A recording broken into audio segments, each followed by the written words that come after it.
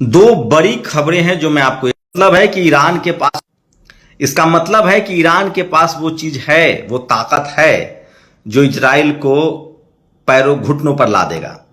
खबर आ रही है कि इजराइल अब लगातार कोशिश कर रहा है कि रूस और चीन को कहे कि मध्यस्थता कर दीजिए। कल तक ट्रंप जो अपने आप को बॉस घोषित कर रहा था वो अब इजराइल के साथ खड़ा नहीं होगा। इजराइल के प्रधानमंत्री बेंजामिन नेतन्याहू के बेटे तक ने कह दिया है कि ये लड़ाई अमेरिका की है, अमेरिका लड़े, हमारा कोई लेना देना नहीं है। और दूसरी खबर बताऊंगा साउथ अफ्रीका की। सोचिए, साउथ अफ्रीका जैसे भारत में जातिवाद हुआ वैसे ही साउथ अफ्रीका में नस्ल के नाम पर भेदभाव हुआ। लेकिन जब नेल्सन मंडेला के देश में समय आया तो क्रिकेट टीम वहां का जिसमें रिजर्वेशन है, और बाबूमा ये ब्लैक कम्युनिटी से आते हैं, इनकी हाइट छोटी है, रंग काला है, ये ब्लैक कम्युनिटी से आते हैं, इनका मजाक उड़ाया गया था। वहां के टीम में रिजर्वेशन ला दिया गया, कम से कम 6 ब्लैक प्लेयर होंगे, 11 में 6 ब्लैक प्लेयर को आपको खिलाना है। और ये टीम अब आईसीसी टेस्ट रैंकिंग की चैंपियनशिप जीत गई है, मतलब टेस्ट में चैंपियन बनी है। सोचिए, तो वो लोग साउथ अफ्रीका ने ICC trophy, first ICC trophy जो है वो जीती है black African cricketer Temba Bavuma. यहां आरक्षण का नाम सुनकर लोगों के पेट में दर्द हो जाता है, तो इस पर भी बात करूंगा और वो तमाम बड़ी खबरें। लेकिन आज की सबसे बड़ी खबर है, सोचिए, अब युद्ध तकनीक से लड़ा जा रहा है, अब युद्ध मिसाइल से लड़ा जा रहा है, अब तलवार से, बंदूक से, 47 से, यहां तक कि टैंक से भी नहीं लड़ा जाएगा। अब युद्ध जो है वो ड्रोन से लड़ा जा रहा है, फाइटर प्लेन से लड़ा जा रहा है और मिसाइल से लड़ा जा रहा है। और खबर आ रही है कि यूक्रेन ने भी रूस को बड़ा नुकसान पहुंचाया है। यूक्रेन ने रूस के एक विमान को मार गिराया है। वहीं ईरान ने कहा है कि उसने एक F-35 जो अमेरिका का एडवांस विमान है उसको भी मार गिराया है। ये दो बड़ी खबर है ग्लोबली जो इस समय सोशल मीडिया पर चल रहा है। और इजराइल को गाजा बना दिया है। एक दिन एक रात के हमले में इजराइल गाजा पट्टी तब्दील हो गया है। दो बड़े शहर तेल अवीव और जेरूशलम में बड़े हमले हुए हैं। पनडुब्बी से इजराइल पर रॉकेट दागे जा रहे हैं। इतना ही नहीं, ईरान ने सुपरसोनिक मिसाइल दागे हैं और कहा है कि 2000 मिसाइल्स हम दागेंगे।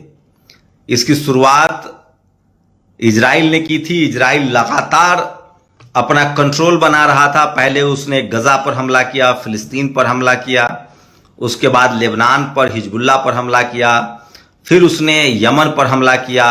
सीरिया को अमेरिका और इजराइल ने मिलकर कब्जा कर लिया। वहां के असद जो राष्ट्रपति थे उनको देश छोड़कर भागना पड़ा और रूस की शरण में है।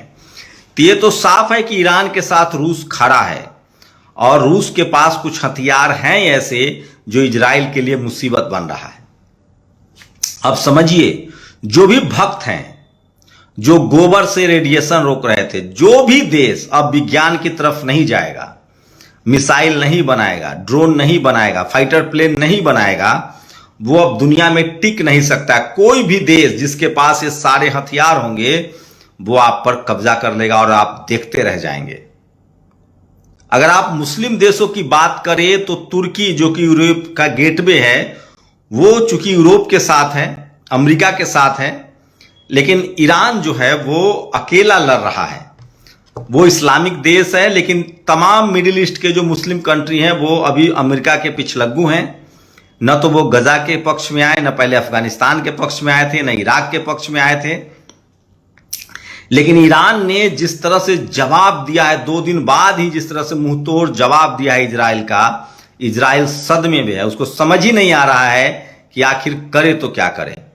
जो हालत फिलिस्तीन की इजराइल ने की थी, गजा को जिस तरह से बर्बाद कर दिया था, अब लगभग वही हालत तेल अवीव और जेरूशलम इजरायली शहरों का हो रहा है।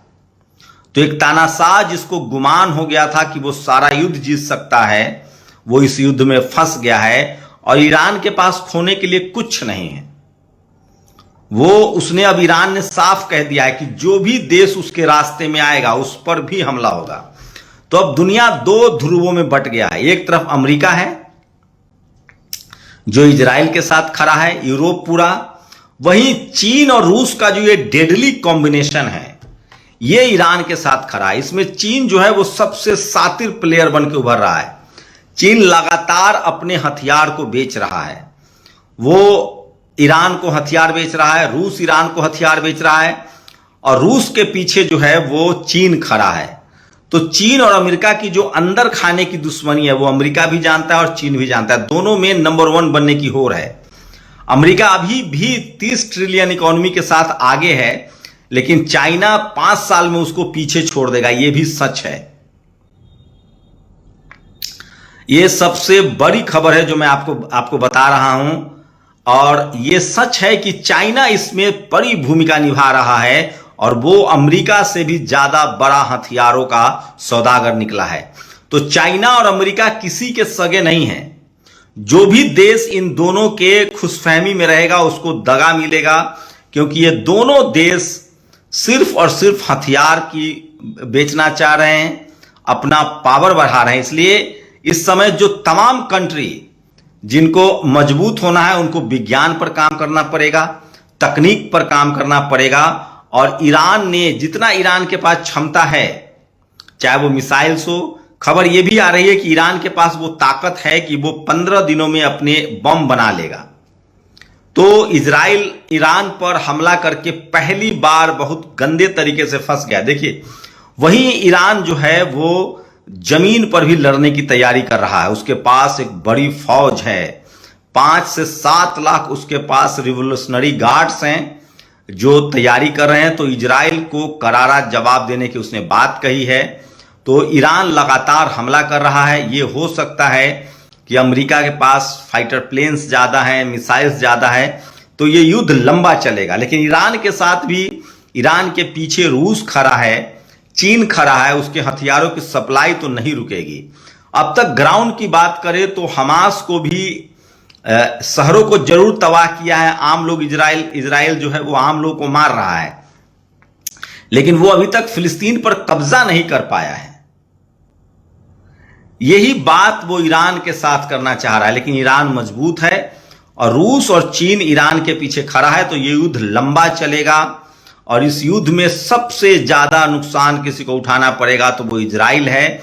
इजराइल अब सुरक्षित नहीं रहा है, ये सबसे बड़ी खबर है। तो कहीं इजराइल को महंगा पड़ गया है। उसे लग रहा था कि फिलिस्तीन को जैसे उसने बर्बाद किया, लेबनान को बर्बाद किया, वो इस युद्ध में भी जीत जाएगा, लेकिन ऐसा नहीं है।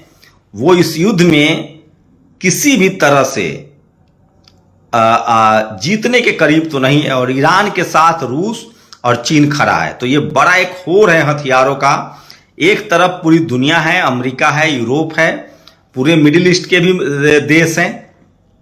दूसरी तरफ रूस और चीन हैं जो अमेरिका के खिलाफ इन ऐसे देशों की मदद कर रहा है जो इजराइल से पंगा ले या लोहा ले। तो ये युद्ध लंबा चलेगा और इजराइल को पहली बार झटका लगा है और उसके देश में मिसाइल्स गिर रहे हैं और उसकी राजधानी तेल अवीव, जो इजराइल का सबसे सुरक्षित शहर कहा जा रहा है। और सोचिए, ईरान की ताकत का अंदाजा इसी से लगाइए कि 7 लेयर 7 देशों को पार करके उसके मिसाइल्स गिर रहे हैं और हर देश में, चाहे वो जॉर्डन हो, इराक हो, सीरिया हो, इन तमाम देशों में, खुद इजराइल में सब जगह रडार लगे हुए हैं। इसका मतलब है कि चीन के पास उन्नत किस्म के मिसाइल हैं और रूस का जो S-4 है उसकी कैपेबिलिटी बढ़ी है और चाइना जिस तरह से मिसाइलों की सप्लाई कर रहा है तो दुनिया भर में चाइनीज हथियारों का भी बोलबाला होगा।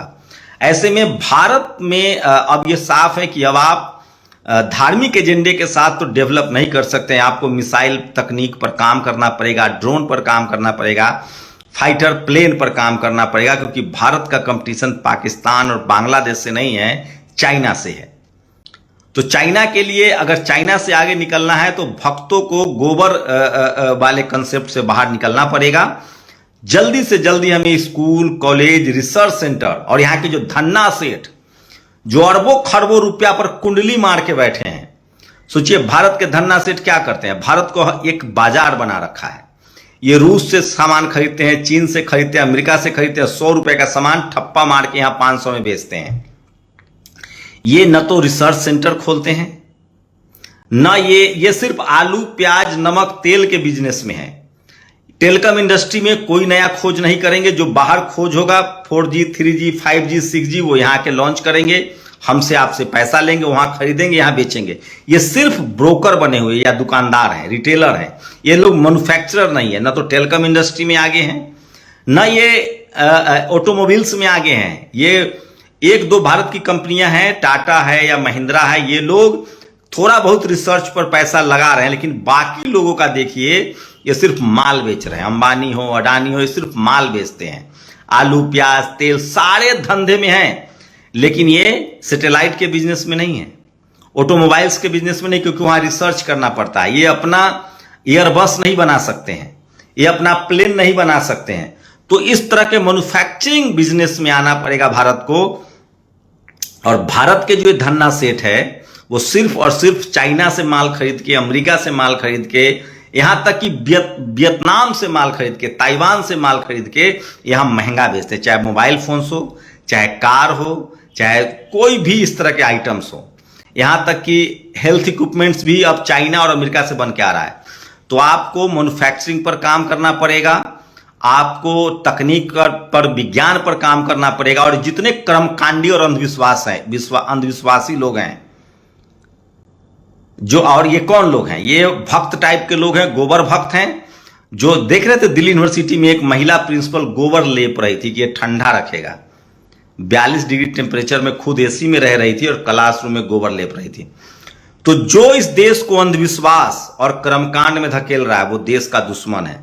इस देश को अब विज्ञान चाहिए, तकनीक चाहिए, रिसर्च चाहिए, कॉलेज यूनिवर्सिटी चाहिए, और सबको उसमें आपको पढ़ने लिखने का मौका देना पड़ेगा।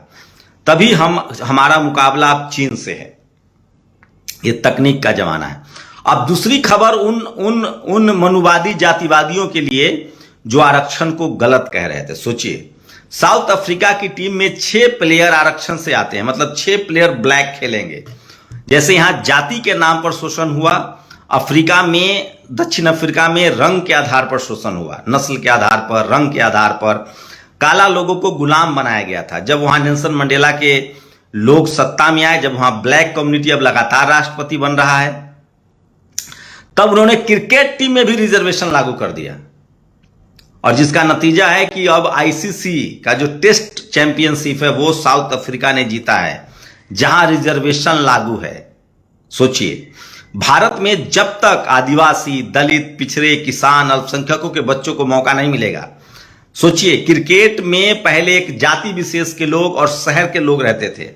जब से क्रिकेट में डाइवर्सिटी आई है आईपीएल की वजह से, रिंकू सिंह आपको मिल रहा है, सूर्य कुमार यादव मिल रहा है, श्रेयस अय्यर मिल रहा है, आपको पटेल मिल रहे हैं जो इस बार चैंपियन टीम के कप्तान है आरसीबी के, अक्षर पटेल। तो ये डाइवर्सिटी आ रही है, छोटे छोटे शहरों के प्लेयर्स जा रहे हैं, हर कम्युनिटी के प्लेयर्स जा रहे हैं। ओलंपिक में देखिए कौन लोग हमारे लिए मेडल लाते हैं, जो किसान कम्युनिटी के हैं। राजेंद्र प्रसाद सिंह कहते हैं कि छल परपन से पावर तो ले लोगे, लेकिन पैरों में ताकत कहां से लाओगे। तो इस देश को कमजोर करने वाले लोगों की पहचान है जो संविधान विरोधी है, जो आरक्षण विरोधी है, जो जातिवादी हैं, मनुवादी सोच के हैं, जो स्कूल कॉलेज अस्पताल विज्ञान की बात ना करे, अंधविश्वास की बात करे। सोचिए टेक्निकल फॉल्ट की वजह से प्लेन क्रैश हुआ, और ये जातिवादी मनुवादी मीडिया वहां भी अंधविश्वास धकेल रहा है कि नहीं देखिए गीता बच गया, गीता नहीं जला। तो क्या भगवानों को इंसान से ज्यादा नफरत है? छोटे छोटे मासूम बच्चे मर गए। ये आपको सरकार से सवाल न पूछे इसलिए रोक रहा है। तो ऐसे जातिवादी जो विज्ञान के विरोध में हो, जो तकनीक के विरोध में, और ये जो मुट्ठी भर जातिवादी मनुवादी लोग हैं, इनके सबके बच्चे बाहर पढ़ते हैं, यूरोप में, विदेश में, और आपको कह रहे हैं कि आप दिन भर अंधविश्वास में, कर्मकांड में फंसे रहिए। तो जो भी अंधविश्वास को बढ़ा रहा है, कर्मकांड को बढ़ा रहा है, अभी एक वीडियो सोशल मीडिया पर वायरल हो रहा है। एक अंधविश्वासी कर्मकांडी ठग है, वो आके कहता है कि बच्चा तुम्हारे घर के नीचे सोना गड़ा हुआ है। वो आदमी कहता है कि हाँ बाबा, हम इसको आज ही कल लेबर लगवा के खुदवाएंगे। फिर वो कहता है कि कुछ खाना खिला दो। वो आदमी लाता है रोटी सब्जी। बाबा कहता है कि बाबा सलाद नहीं है, सलाद थोड़ा सा दे दो। वो कहता है कि बाबा सलाद है थाली में। तो कहता है कि नहीं, सलाद तो दिख नहीं रहा है। एक जूता मारता है उस अंधविश्वासी कर्मकांडी को और कहता है कि रोटी के नीचे ढका हुआ था सलाद, वो तुमको दिख नहीं रहा, और धरती के नीचे सोना दिख गया। सोचिए, दुनिया 21वीं सदी में जा रही है। ड्रोन का जमाना है, एआई का जमाना है, मिसाइल का जमाना है, तकनीक का जमाना है। अंधविश्वास इनका धंधा है। ये लोग 90% लोगों को चाहते हैं कि ये मजदूर, मजबूर और लाचार बने रहें। ये स्कूल ना जाए, कॉलेज ना जाए, ये अस्पताल ना जाए, ये पढ़ाई लिखाई तकनीक की बात ना करे। और सोचिए, यहां जो जातिवादी मनुवादी कमेंट में आते हैं, सोचिए इनके पास 1 लाख 1.5 लाख न्यूज़पेपर है, 500 से ज्यादा टेलीविजन चैनल है इन मनुवादियों के पास, लेकिन इनको एक शंभू बर्दाश्त नहीं है। एक यूट्यूब चैनल पर शंभू बोल रहा है, वो बर्दाश्त नहीं, और वहां के गाली गलौज करते हैं। तो इन लोगों से नहीं उलझना है। मैं फिर कह रहा हूं, ये देश तभी मजबूत होगा जब हम विज्ञान की तरफ बढ़ेंगे, तकनीक की तरफ बढ़ेंगे और नेचर को भी बचाएंगे। ये बात कुछ दिनों में साबित हो चुका है। हमारा मुकाबला चीन से है, हमें उससे आगे जाना होगा तो तकनीक को अपनाना होगा। ये आप गांठ बांध लीजिए। तो जो भी करे अंधविश्वास और पाखंड की बात और गोबर तकनीक की बात, उसको मारिए लात। जब तक आप स्कूल, अस्पताल, कॉलेज नहीं खोलेंगे, रिसर्च नहीं खोलेंगे, रिसर्च पर और यहां के धन्ना सेठों को मजबूर कीजिए। सोचिए, अमेजन सैटेलाइट के बिजनेस में, इंटरनेट के बिजनेस में है, रिसर्च के बिजनेस में है। टेस्ला रिसर्च करता है, VOID रिसर्च करता है। यहां क्या करते हैं, बाहर का माल खरीदेंगे, यहां ठप्पा लगा के आपको महंगा बेच देंगे। हम लोग सिर्फ ग्राहक और दुकानदार रह गए हैं। भारत तब मजबूत होगा जब यहां मैन्युफैक्चरिंग पर काम होगा। आप लोग अपनी राय जरूर दीजिए और इन मनुवादियों को भी जवाब देते जाइए। ये जो मुखपुत्र हैं, जो कहते हैं कि हम मुख से पैदा हुए हैं, सोचिए, ये लोग मंत्र से लोगों को भस्म कर देता है। अरे धीरेन्द्र शास्त्री जो दिन भर बीजेपी के लिए वोट मांगता है, किसी पार्टी के लिए वोट मांगे, सबसे ज्यादा अपराधी वो है जो अंधविश्वास फैलाता है। सोचिए, वो एक साधारण सा अंधविश्वासी कर्मकांडी इतना पैसा जमा कर लिया कि अब कैंसर का अस्पताल खोल रहा है। पहले वो कैंसर का इलाज पत्री पढ़ के करता था। सोचिए, 25 रुपए में ग्रह नक्षत्र की दिशा बदलने वाला ये लोग ये नहीं बता पाता है कि जहाज क्यों एक्सीडेंट हो गया, और ग्रह की चाल बदल देता है। इन अंधविश्वासियों के, इन कर्मकांडियों की आंख में आंख डालकर बात कीजिए। इन लोगों को अंधविश्वास और कर्मकांड इनका धंधा है, और ये बात अपनी जातीय वर्चस्व बनाए रखने का हथियार है। आपको कहेगा कि अंधविश्वास कर्मकांड में पैसा खर्चा करो और अपने बच्चा को विदेश पढ़ाएगा, विज्ञान पढ़ाएगा। 10% लोग इस देश में जो जातिवादी मनुवादी सोच के हैं, उनके पास घर है, जमीन है, पढ़ाई लिखाई है, स्कूल है, अस्पताल है। उन्हीं के बच्चे विदेश रहते हैं, और 90% लोगों को ये लोग गरीब और लाचार रखना चाहता है ताकि इसको मजदूर मिलता रहे। आप लोग अपनी राय जरूर दीजिए। शुक्रिया। नेशनल दस्तक की आपसे गुजारिश है कि अगर इसको बचाना चाहते हैं तो नेशनल दस्तक को सब्सक्राइब करने के लिए रेड कलर के सब्सक्राइब बटन को दबाएं, फिर बेल आइकन की घंटी दबाएं। नेशनल दस्तक को बचाने के लिए बहुत जरूरी है कि हर खबर को शेयर करें, लाइक करें, कमेंट जरूर करें।